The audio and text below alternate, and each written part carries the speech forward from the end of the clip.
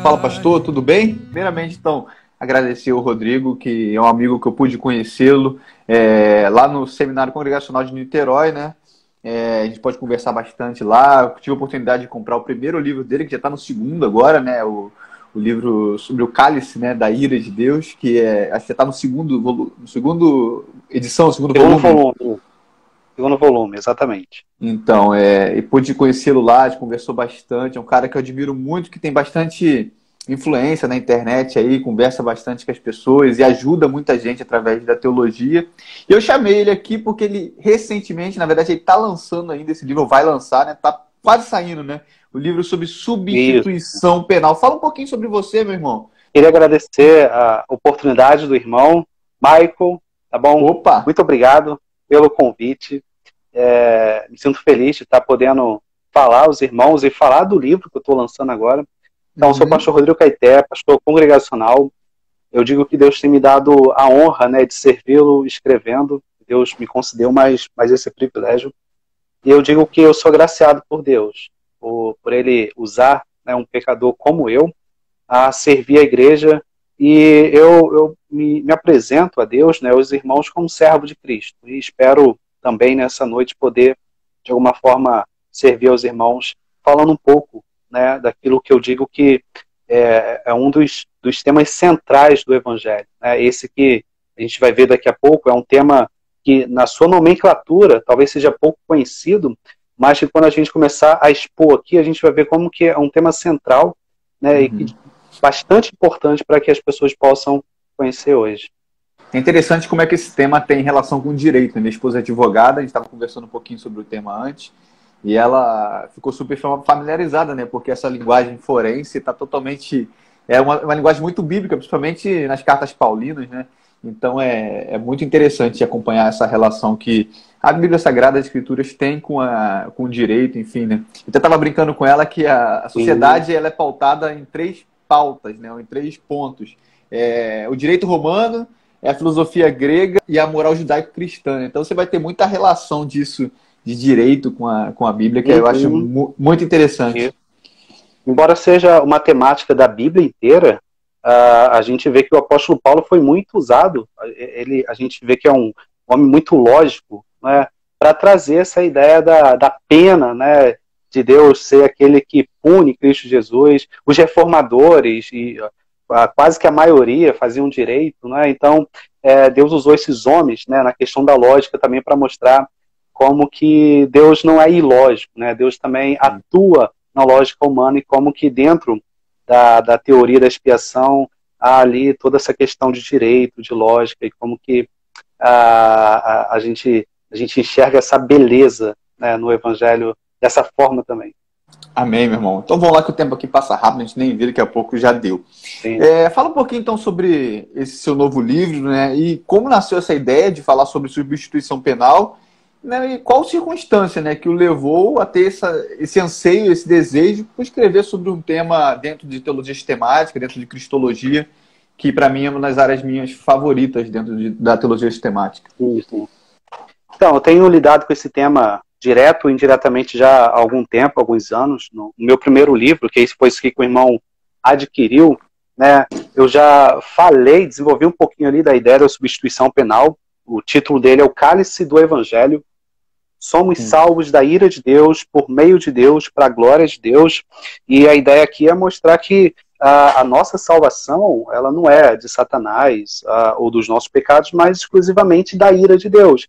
Então eu toquei um pouco ali dessa ideia da substituição penal. Depois do volume 2, como o irmão mencionou aí, o cálice da ira sem mistura, né? Enquanto no primeiro eu mostro que nós somos salvos da ira de Deus, nesse volume 2 eu mostro que os ímpios eles ainda vão experimentar essa ira, só que sem mistura, né? De uma forma muito mais tremenda, de uma forma indescritível em palavras humanas. Então, assim, eu já tenho lidado com essa temática há alguns anos, né?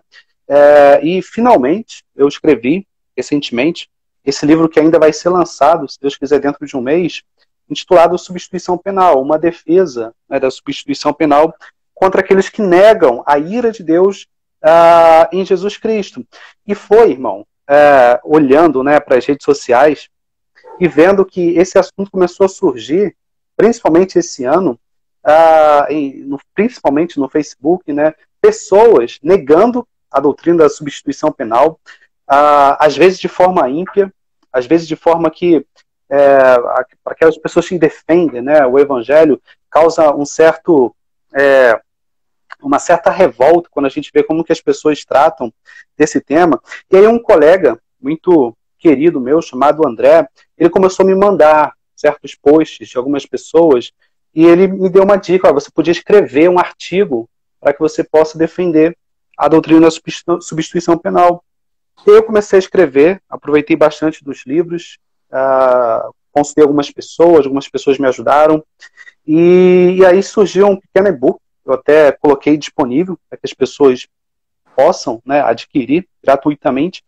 E aí depois me sugeriram, a partir desse e-book, expandir, não é? E aí virou o livro que, se Deus quiser, vai ser lançado. Então, assim, começou olhando para as redes sociais, um meio hoje que Deus tem usado bastante, né, para a glória dele também, e vendo algumas pessoas atacando aquilo que para mim é um tema caro, aquilo que para mim é o coração do Evangelho, né, a ira de Deus derramada sobre Jesus Cristo, para que não fosse derramada sobre nós.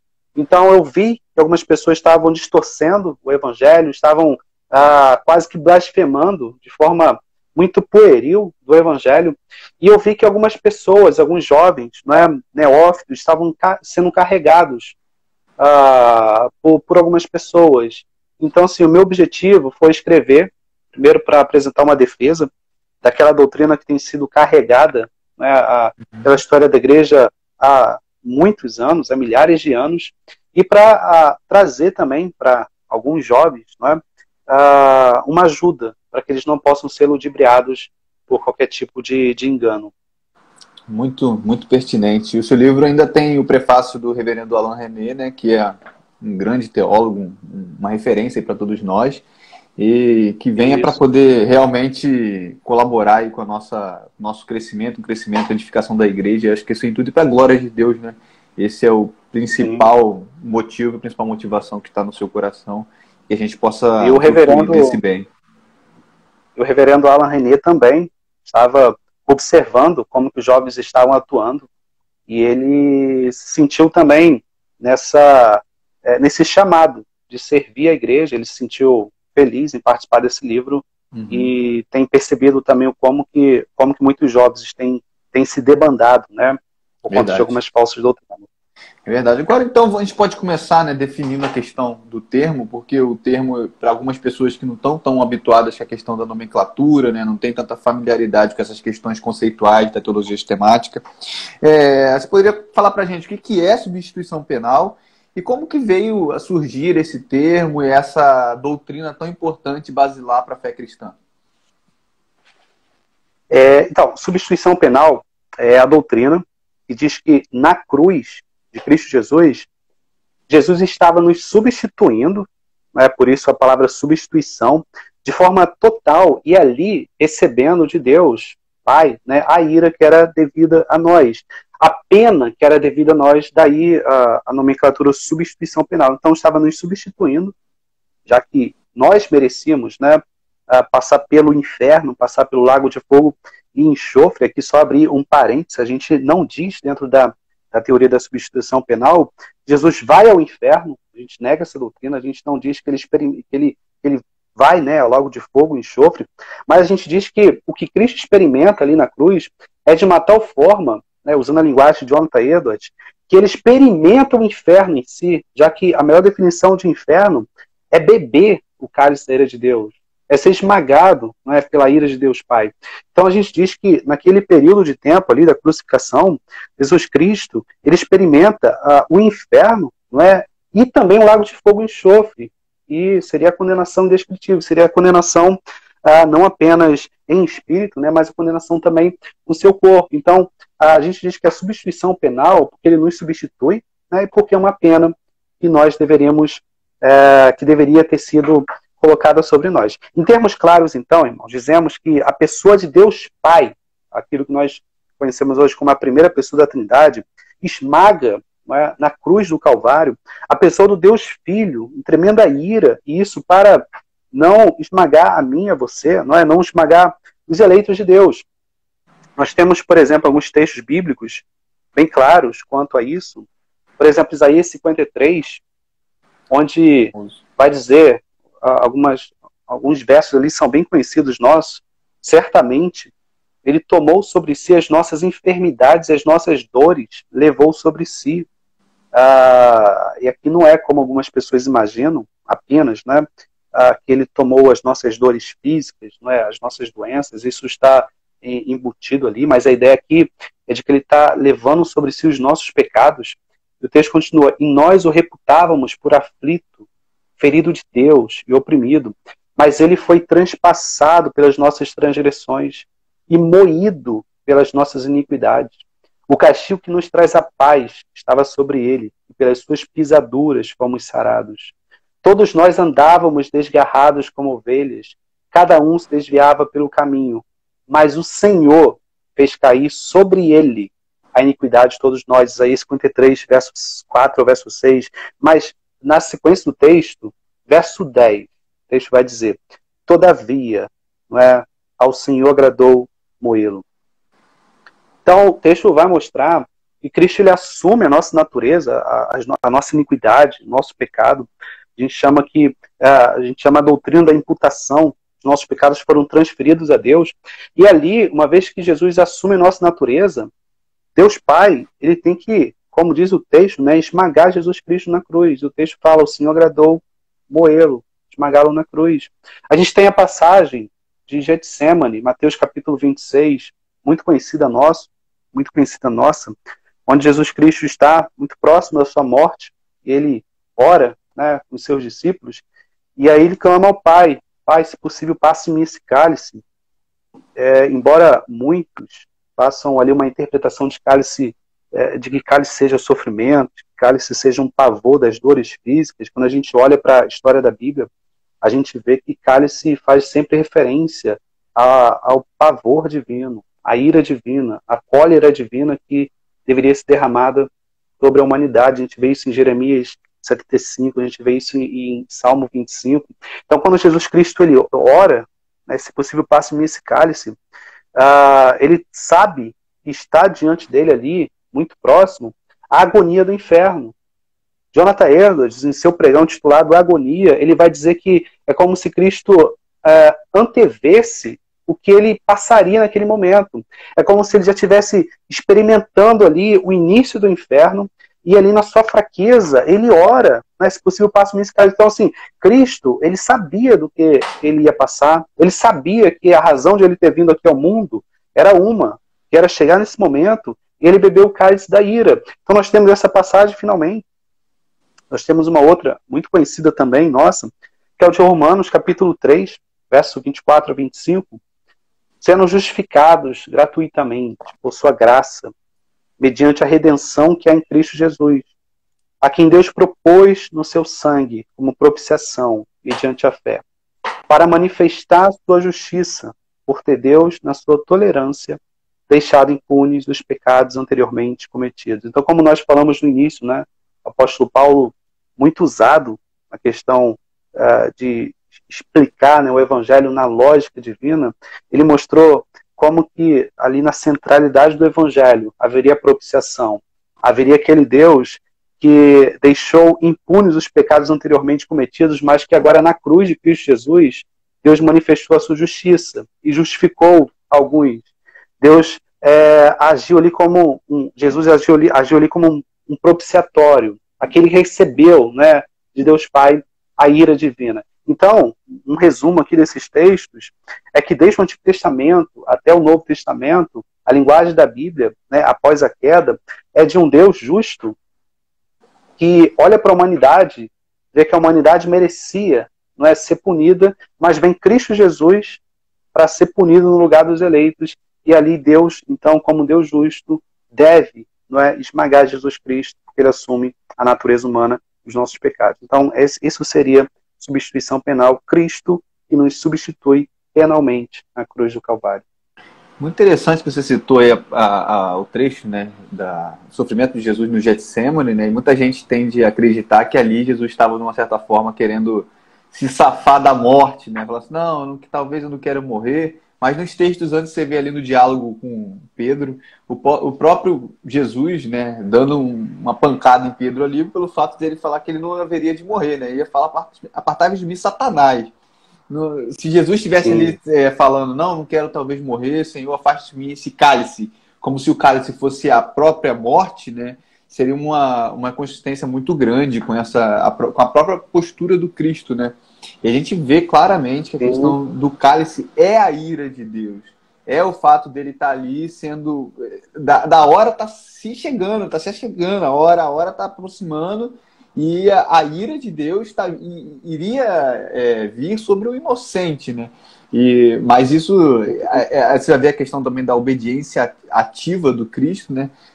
Dizer que ele deveria passar por aquilo, ele teria que passar por esse sofrimento, né? Que é justamente o sofrimento do inferno. Você até citou essa problemática que também foi muito tirada da questão do credo apostólico, né? Onde as pessoas tendem a entender que Jesus foi no inferno, tomou as chaves do diabo, essas chaves aí também tem uma confusão lá com a carta de Pedro, enfim, pegou essa chave, tomou do diabo, enfim, mas não tem nada a ver, né? Esse acréscimo aí que tem no próprio credo apostólico acabou gerando essa confusão aí, mas a gente sabe muito bem que é provada a ira de Deus ali, o desceu ao Hades, né? Não, e o pessoal gosta de uma história também criativa, né? Aquela história de... É aquilo, irmão. Os judeus estavam esperando vir um Messias que viria com um grande...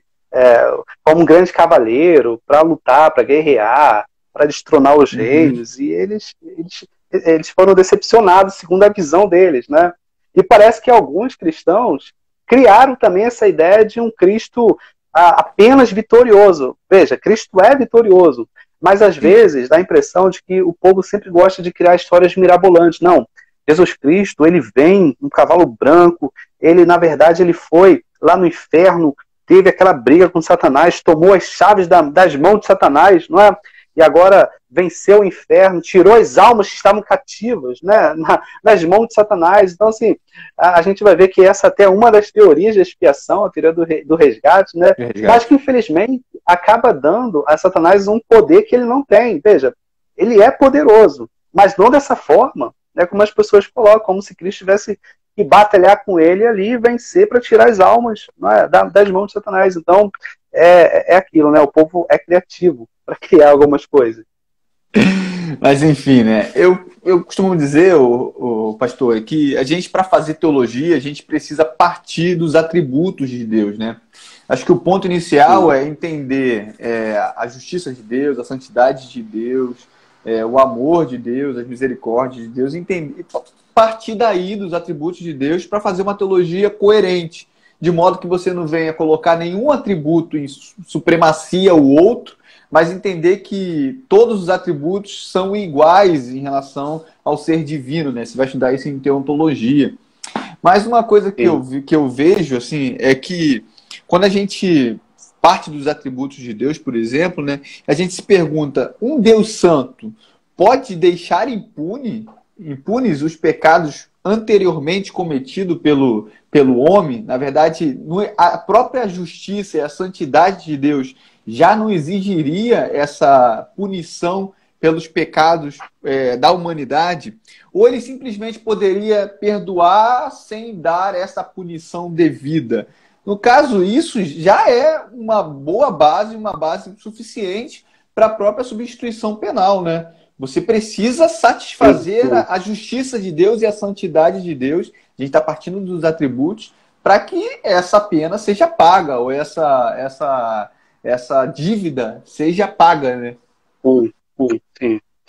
Então, irmão, tem sido bastante recorrente, de repente o irmão já se deparou com alguma coisa assim, pessoas definirem a Deus não por quem ele é, mas por quem elas gostariam que Deus fosse. Via de regra, a gente ouve pessoas falarem assim, olha, esse Deus que você está me apresentando não é o meu Deus. Eu conheci meu Deus dessa forma.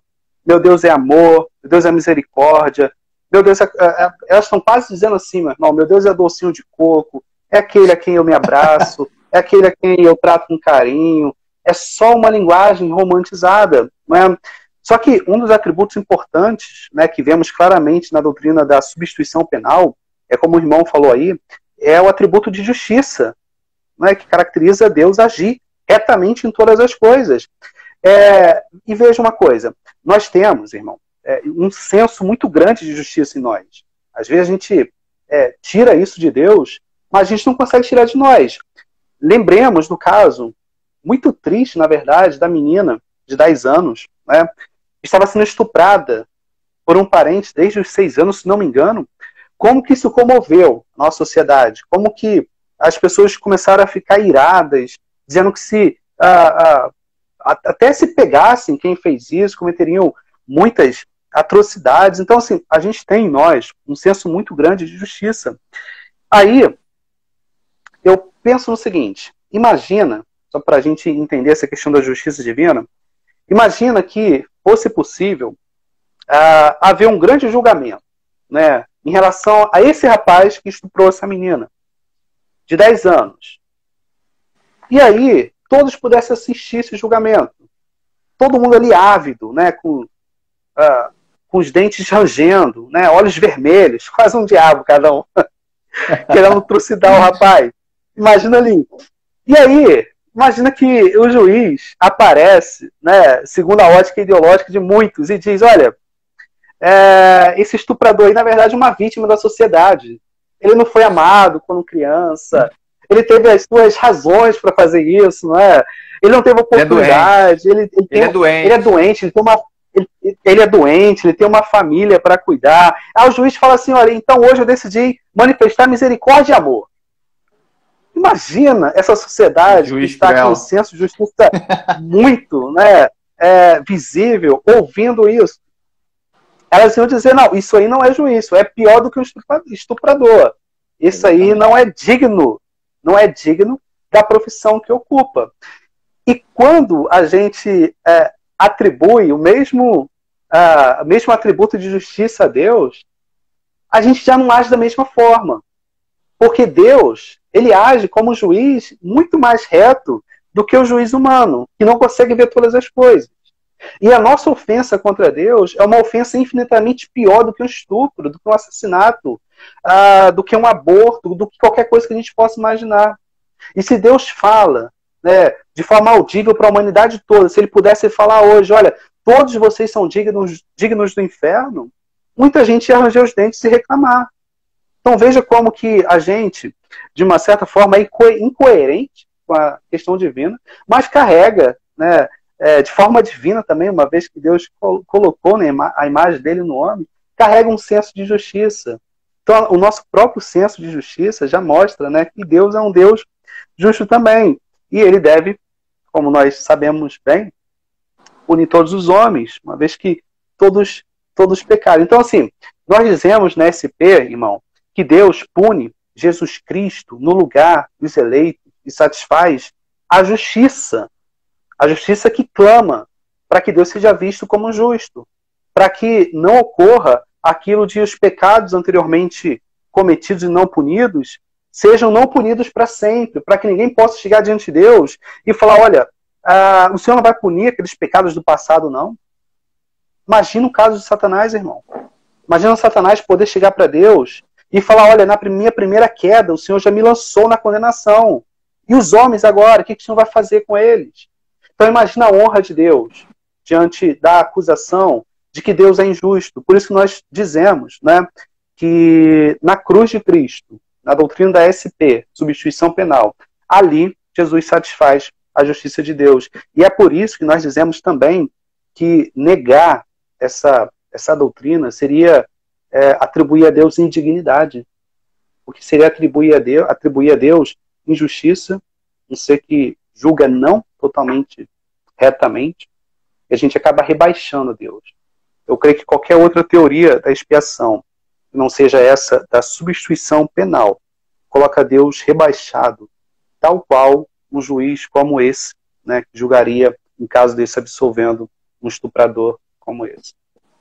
E nesse ponto, né, a gente tem bem claro também que se há necessidade de um julgamento, de um justo julgamento para esse estuprador, no caso, nós estamos olhando com a justiça humana, né, dentro de um parâmetro humano.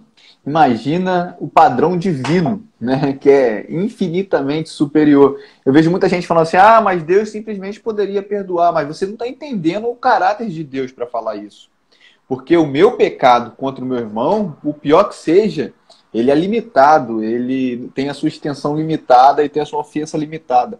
Agora, a ofensa contra um ser totalmente santo, totalmente justo, totalmente amoroso, totalmente bondoso, ela é infinitamente transgressora, né? O caráter é infinito. Eu vejo também, o pastor, muita gente tentando amenizar ali o pecado de Adão, né? E falando assim, ah, tadinho de Adão, só comeu ali da frutinha, talvez era até uma cerejinha, coisa boba. Poxa, será que Deus não poderia perdoar e deixá-lo lá no jardim? Acho que Deus foi cruel demais. Acho que as punições foi além daquilo que foi o pecado cometido por Adão. Já vi muita gente pensando dessa forma, né? Ou falando assim, não, talvez se fosse eu no lugar de Adão, pá, talvez se fosse você e eu, teria comido a árvore inteira, não era nem só o fruto, né?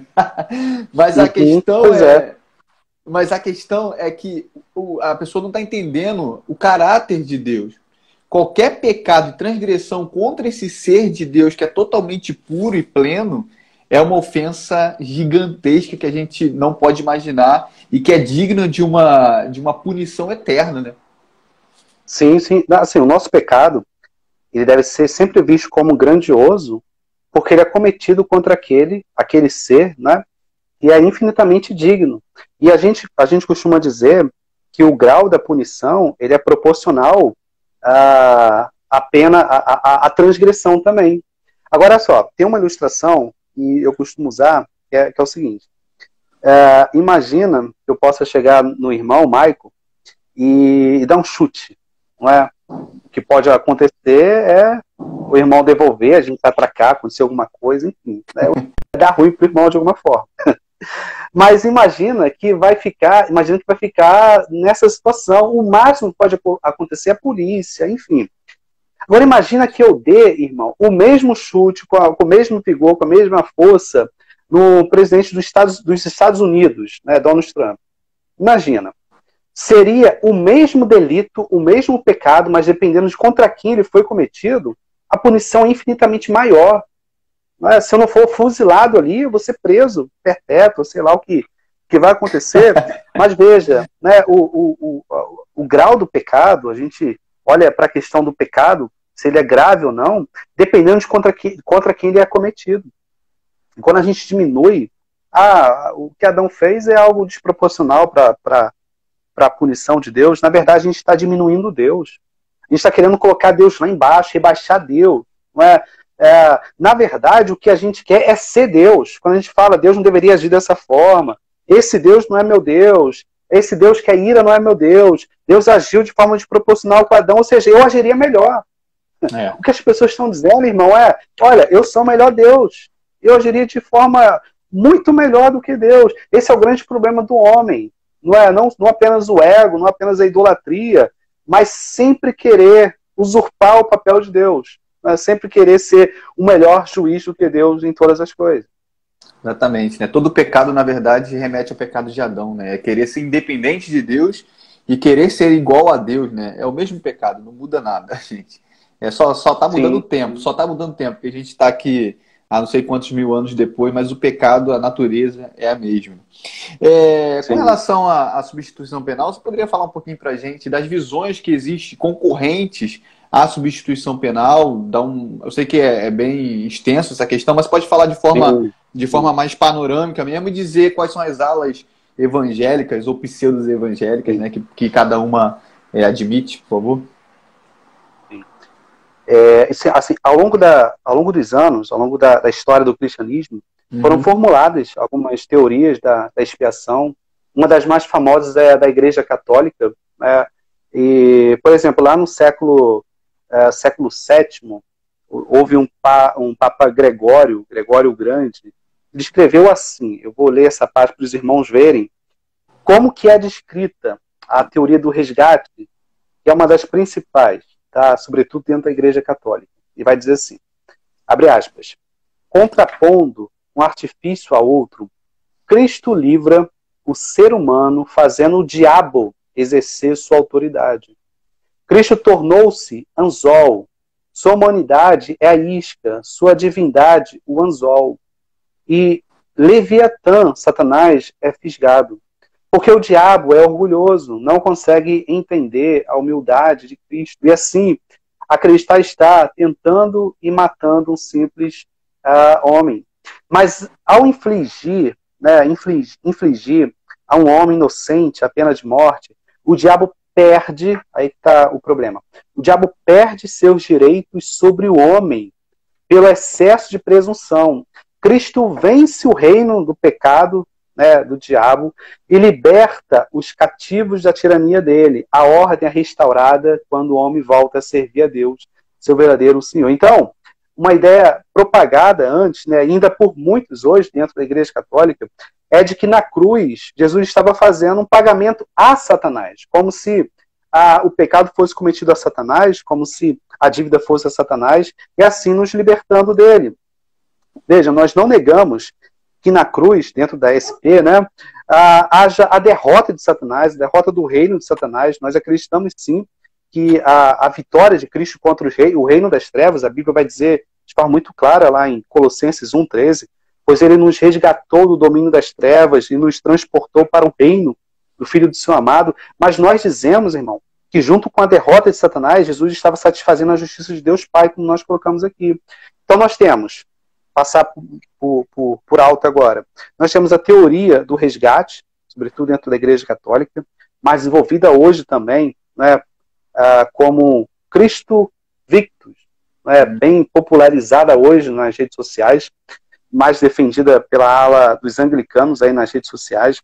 Além dessas, temos a teoria da satisfação, proposta por Anselmo, né, e vale a leitura aqui de Anselmo, que desenvolveu a ideia de que a morte de Cristo satisfez o Pai por causa do pecado, mas assim, diferente da SP, da doutrina da substituição penal, bem mais desenvolvida depois pelos reformadores ali, século XVI, aqui Anselmo focou mais na noção de satisfazer a honra de Deus, que havia sido ferida, do que no apaziguamento da ira de Deus. Essa seria a diferença aí da satisfação para a substituição penal. Temos ainda, irmão, a teoria da influência moral, que propunha o sacrifício de Cristo como um belo exemplo de amor e comportamento cristão, né, sacrificial, aquilo que a gente vê hoje, né? Basta você ter um bom comportamento, já que o que Cristo veio fazer é mostrar um bom comportamento. Temos a teoria governamental, que minimiza, né, o pagamento de Cristo dos nossos pecados particulares. Em vez disso, seriam pagamentos de forma geral. Então, assim, há algumas teorias de expiação, e outras, né, essas são as mais famosas, mas nós cremos que apenas uma se enquadra com o que a Bíblia diz, né, sobre o sacrifício de Cristo Jesus, que é essa, a teoria da substituição penal. Muito interessante. Essa da influência moral é muito comum entre os cristãos, né? As pessoas acreditam muito que Cristo veio dar o exemplo. Ou seja, ele veio mostrar Sim. que é possível. É possível você ir lá e vencer. Vai lá e vença você também. Faça por você mesmo. Sim. Isso é maligno. Sim, e acaba negando o pecado original, acaba colocando no homem, né, uma bondade, uma capacidade de fazer o bem que ele não tem, né? Então, há muitos problemas dentro dessa teoria e de outras também. E nega também, principalmente, a questão do caráter pecaminoso do homem, né? A impossibilidade de cumprir a lei por si só. O homem por si só, ele não tem capacidade, o homem caído, ele não tem capacidade de cumprir a lei. Na verdade, Cristo não veio mostrar que é possível. Cristo veio mostrar que é impossível. Exato. É impossível você cumprir a lei. Sim, evidente, porque assim, a lei foi dada para que o homem possa tentar e tropeçar, né? Para que o homem possa ver, olha, eu estou tentando, mas eu não consigo, eu preciso que alguém me ajude. Então a lei veio para apontar para aquele que cumpriu, para Cristo Jesus. E se alguém fala, né, olha, Cristo, ele veio dar o exemplo e mostrar que você consegue, isso é um absurdo. Isso quebra totalmente com o que Paulo vai dizer ali a respeito da lei. Olha, se você tentar obedecer, né, um exemplo moral por si mesmo, você vai sempre cair. Então, essa teoria do resgate, ela, antes de levar o homem para o céu, ela acaba abrindo mais a vala para que o homem possa se debandar para o inferno, porque ele não vai conseguir cumprir nunca as ordens de Cristo Jesus. Agora, a teoria do resgate, né, no caso que você até renominou com a Cristo Victor, ela é muito, digamos que, ela tem uma capinha ali bonita, né? Porque muita gente acredita nela. Você tem muita ala cristã, ou pseudo-cristã acreditando nela. E dando, como você falou primeiramente, mais poder a Satanás do que ele tem, né? Necessariamente. Não entende Satanás como delegado ou como um poder limitado, né? Do próprio Deus. Não entende o diabo como o diabo de Deus, como diria Lutero, mas enfim. E uma questão muito, muito interessante que você colocou aí é que as pessoas, na verdade, tendem a associar ela como fidedigna pelo fato dela ser mais antiga, digamos assim, ou ser remetida ao período patrístico, né? Aos pais da igreja. Como é que a gente entende isso? Os pais da igreja não entenderam muito bem? Ou a formulação, ou aquilo que os reformadores tiveram como entendimento, e aí eu posso falar como desdobramento da teoria de Anselmo, talvez, né? Seja mais adequada, mais bíblica, o que deu errado ali nos pais da igreja? Tem uma seção do meu livro, que vai ser lançado, onde eu coloco ali inúmeras citações de muitos pais da igreja, já falando, né, não com esses termos, esse termo substituição penal ele veio ser cunhado bem depois, mas já mostrando essa ideia da satisfação da justiça de Deus, do apaziguamento da ira de Deus. Então, o problema de muitos que olham para os pais da igreja e não encontram essa doutrina lá, muitas vezes é tentar encontrar alguns termos mais técnicos, mais próximos da substituição penal, e mais encontrarem alguns termos mais próximos, por exemplo, da Cristo Victor, e falar assim, olha, na verdade os pais acreditavam mais na teoria do resgate. Quando o que a gente vai ver ali é aquilo que nós dizemos hoje o seguinte, olha, a Cristo Victor e a substituição penal, elas não estão em contraposição. Nós temos a vitória de Cristo contra o maligno dentro da substituição penal. Então, quando alguns pais falavam da vitória de Cristo e também da substituição penal, eles não estavam colocando em contraposição, eles estavam colocando que as duas coisas eram verdade. Só que muitos acabam pegando só isso aqui, da vitória de Cristo, dizendo, olha, na verdade os pais da igreja só falavam disso aqui, isso não é uma verdade. Há muitas pessoas hoje dizendo que a teoria da substituição penal ela é mais recente, ela é nova. Não, nós cremos que ela remete à Bíblia, ela remete aos pais apostólicos, remete aos reformadores, foram eles, principalmente, que cunharam melhor o termo, que formularam melhor, desenvolveram melhor, mas isso não significa que não estiveram nos pais da igreja. Então, uma coisa que tem que ficar clara para as pessoas é que nós não negamos, por exemplo, que haja vitória de Cristo, diferente da Cristo Victor, diferente de alguns da teoria do resgate. Eles negam a ira de Deus sobre Jesus Cristo. Eles negam esse apaziguamento, eles negam essa questão da necessidade da satisfação da justiça de Deus. Aí que está o grande problema. Né? Nós não.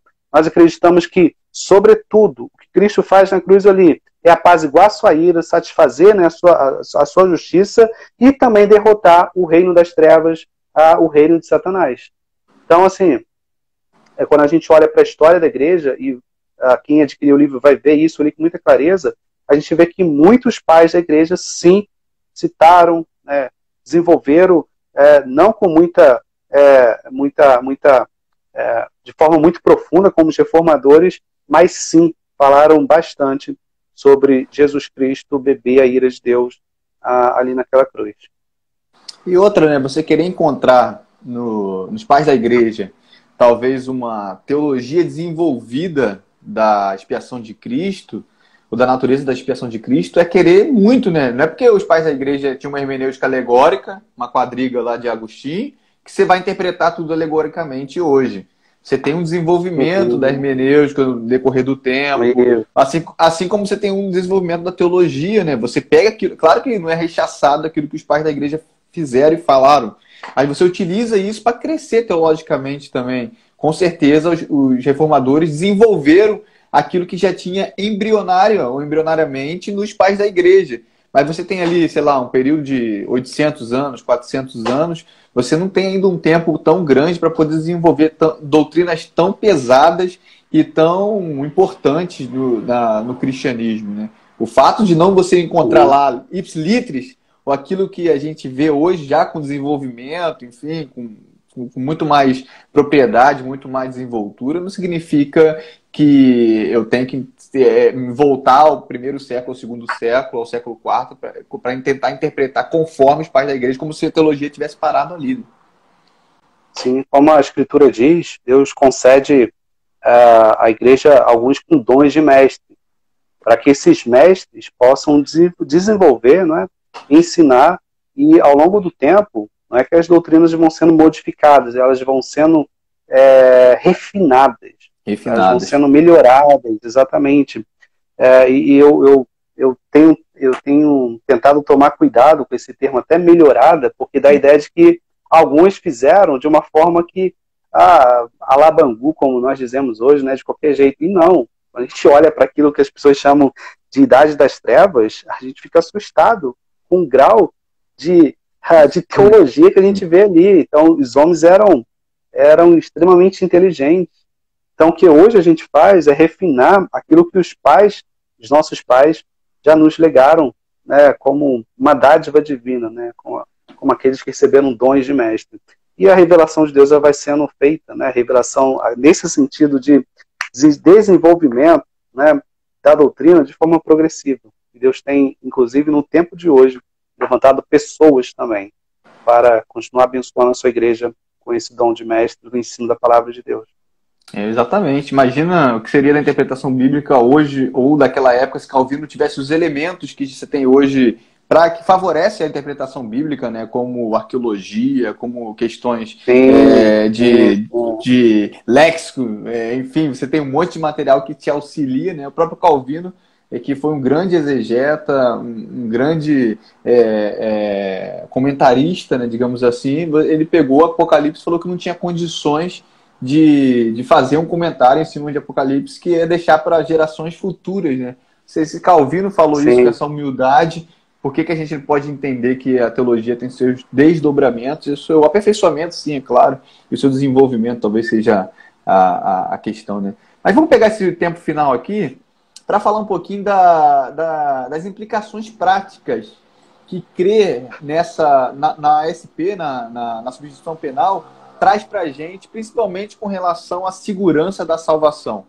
Sabe? O que isso quer dizer para a gente, meu irmão? Então, como eu já disse, infelizmente muitas pessoas têm cunhado essa expressão de que esse não é meu Deus. E eu acredito, irmão, que essas pessoas sejam frutos, não é, de uma geração de pastores e pregadores no púlpito. Aqui eu me coloco, né, embora seja uma geração mais jovem, mas a gente tem que se colocar sempre nessa situação de uma falta, né, de pregação sobre, não tecnicamente sobre a substituição penal, mas sobre aquilo que está ao redor, né, a ira de Deus, sermões sobre o inferno. Então eu acredito que pessoas que falam hoje assim, olha, ira, que Deus é esse, né? Eu creio que se essas pessoas soubessem, irmão, o que aconteceu na cruz, a ira de Deus sobre Jesus Cristo, e que se o Pai se irou contra Jesus Cristo, é perfeitamente possível que ele se ire também contra essa geração, contra pessoas hoje. Eu creio que mudaria completamente a forma como as pessoas olham para o Evangelho, a forma como as pessoas se dedicam em santificação, a forma como as pessoas se dedicam, né, em vida piedosa, né, não achariam que Deus é apenas amor, que Deus é apenas aquela pessoa que a pessoa dá um tapinha nas costas. Não. Elas veriam que Deus é justo, que Deus é reto, ele não se compactua, né, com pecado algum. Porque se ele mostrou isso para o seu filho, não mostraria para mim, não mostraria para qualquer um de nós. Então eu creio que pregações sobre a ira de Deus, sobre o inferno, né, sobre a justiça de Deus, em nossos púlpitos, podem, não é, trazer uma geração muito mais fortificada e com entendimento melhor, né, não mais fragmentado de quem é o nosso Deus. Então, em primeiro lugar, eu diria que uma das consequências da falta, né, da substituição penal seria uma visão esquizofrênica de Deus, uma visão deturpada, né, onde Deus tem apenas um atributo e não outro. Segunda, uma visão baixa de Deus, como se ele fosse tolerante com o pecado. É por isso que tem crescido, por exemplo, o número de homossexuais que dizem que Deus o ama dessa forma, tem crescido o número de feministas, abortistas, comunistas, racistas e tantos outros ideólogos que acham que Deus é apenas amor e assim, né, elas podem fazer tudo. Né, a gente vê como que a implicação é grave, né? De uma doutrina que a gente acha que não tem quase que nada a ver com a nossa sociedade. A falta da doutrina da SP também gera uma ausência de sermões, como eu disse, né, sobre o inferno. A ira de Deus sobre Cristo, uma vez que está diretamente ligada à doutrina do inferno, se a gente coloca, né, a doutrina da SP como fundamental, a doutrina da ira de Deus ela começa a ser mais pregada, a doutrina do inferno começa a ser mais expandida, as pessoas começam a ver não mais com um ar de assustado. Não é? É muito triste quando a gente lida com esse ensino, lida com essa pregação, e você prega para uma igreja e fala da ira de Deus, as pessoas estão assim, o que ele está falando? Que evangelho é esse? Quem é essa pessoa? Né? Porque as pessoas estão acostumadas a serem anestesiadas com mensagem de coach, mensagem de autoajuda, mensagem de amor, mensagem que o pecador entra na igreja e sai da mesma forma. Né? Então, assim, se Cristo nos substituiu, né, passando pelo inferno, lago de fogo e enxofre, né, e a gente entende que a ideia da substituição penal é a ira, é o inferno, lago de fogo e enxofre, eu creio que essa doutrina tem uma implicação muito grande nos sermões do púlpito, né, como que a igreja recebe esse tipo de ensino, como que ao receber esse tipo de ensino isso impacta na forma como as pessoas olham para o mundo, como que as pessoas olham para a questão de julgamento, de justiça, olham para a questão dos seus próprios pecados, porque se eu tenho pecado, aquilo tem que ser punido. As pessoas não vão mais falar, olha, Deus é apenas amor. Não, Deus é justiça, Deus é ira, Deus é fogo consumidor. Então veja, por que a nossa geração está tão acostumada a falar, meu Deus é assim, não me julgue. Não, Deus julga também. Essa geração que fala não julgueis é porque desacostumou a ouvir sermões de julgamento divino. Se houvesse mais sermão sobre o julgamento divino, as pessoas não falariam mais não me julgue. Ou então fala assim, né? Só Deus me julga, só Deus me julga. Sim, então a gente vê que exatamente. Então, assim, isso tudo acaba criando, irmão, uma geração que acaba não conhecendo a Deus, uma geração fragilizada, né, hipersensível por mensagens coach, mensagens que vão só trazer aquele ego que recebeu uma massagem. Então, assim, é um absurdo, né? Como que a ausência de sermões sobre a ira, sobre o inferno, lago de fogo e enxofre, causa na nossa geração. E algumas outras implicações que eu coloquei aqui. Olha, por trás de toda falha moral, há um erro doutrinário. Então, veja, quando a gente erra também na doutrina, da questão da ira, né, da justiça de Deus, se a gente crê que é verdade, que por trás de toda falha moral há um erro doutrinário, veja aqui como que isso pode influenciar na nossa vida também de santificação, na nossa vida na luta contra o pecado.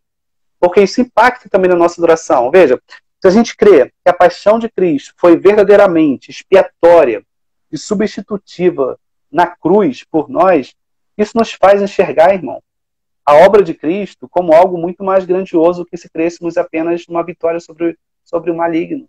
Uhum. Isso tem que impactar naquele que está ouvindo de uma tal forma que isso vai gerar nele um desejo maior de santidade, de pureza, de entrega. Olha, Deus esmagou Jesus Cristo na cruz por mim, em meu lugar. Então isso tem que gerar maior adoração, isso tem que gerar maior luta contra o pecado. E talvez uma falha na doutrina possa gerar um entendimento errado do Evangelho, entendimento errado do que houve na cruz, e nos gerar aquela expectativa maior de lutar contra o pecado, e fazer com que as pessoas, né, cedam mais, né, contra o pecado. Então, caminhando aqui para o fim, se nós cremos que adoramos a Deus de forma muito mais genuína, quando nós olhamos para a cruz e a enxergamos como o maior derramamento de ira jamais visto na história da humanidade, nós louvamos a Deus com mais profundidade, né? Nós enxergamos na cruz ali a nossa substituição, a minha substituição, eu deveria estar ali, nós devotamos a Deus mais santidade, né? Quando nós reconhecemos que ali o Pai esmagou o Filho na cruz para não nos esmagar. Então eu creio que impacta na forma como nós vivemos, impacta na forma como nós olhamos a sociedade, nosso senso de justiça, impacta nós não falarmos mais algumas besteiras, não me julgue, Deus não é esse ser julgador. Isso evitaria um monte de coisas que hoje está no nosso meio aí, como eu já mencionei aí, feministas, racistas, enfim, ideólogos, tanta coisa aí esquisita em nosso meio. Cara, que edificante, muito edificante, porque isso é evangelho, né? O evangelho, ele transforma, ele renova, ele muda o caráter, ele muda o nosso ser, né? Ele nos resgata, digamos assim, ele nos tira da podridão do pecado. Então, essa palavra é uma palavra que precisa estar permeada no nosso dia a dia, na nossa vida, sabe? Porque se cada pregação estiver cheia disso que você falou aí, cheia do evangelho do Senhor e daquilo que ele fez, eu costumo dizer que ele não fez somente por mim, né? Tem muita gente que fala assim, não, que Cristo morreu por mim. Ok, ele morreu por você, mas ele não morreu só por você. Ele morreu no seu lugar, né? No sentido de que ele morreu no lugar de pecadores.